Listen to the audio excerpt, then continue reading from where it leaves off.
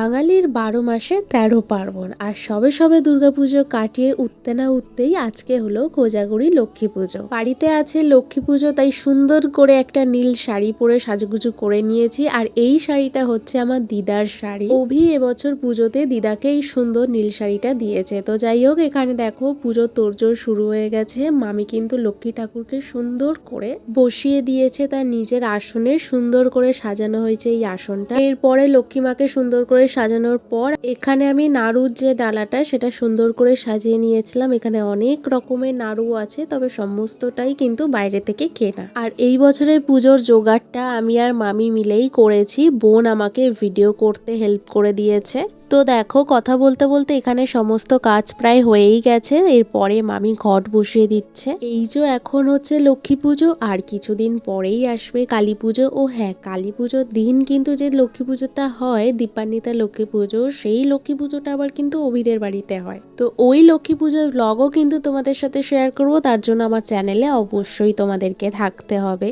এখন তোমরা বলো, তোমাদের কাদের কাদের বাড়িতে কোজাগরি লক্ষ্মী পুজো হয়? লক্ষ্মী পুজোতে কিন্তু খাওয়া দাওয়াটা বেশ ভালোই হয়, কি বলো তোমরা? এখানে দেখো মামি পুজো করে নিচ্ছে। ব্রাহ্মণ ছাড়া মামি প্রত্যেক বছরই নিজে নিজে পুজো করে নেয়। আর পুজো শেষ হতে হতে প্রায় দুপুর ৩টে বেজে গেছিল। তাই পুজো কমপ্লিট হয়ে যাওয়ার পরে আমি খেয়ে নিলাম। আর আজকে দুপুরের খাবারে ছিল খিচুড়ি, পাঁপড় ভাজা আর ডালের বড়া। এরপরে সন্ধ্যেবেলায় পাশের বাড়ি থেকে প্রসাদ চলে এসেছে। তারপরে নিজেদের বাড়িরও প্রসাদ খাচ্ছিলাম। তারপরে আমি আর দিদা আরো একটা পাশের বাড়িতে চলে গেলাম প্রসাদ খাওয়ার জন্য, নিমন্ত্রণ ছিল।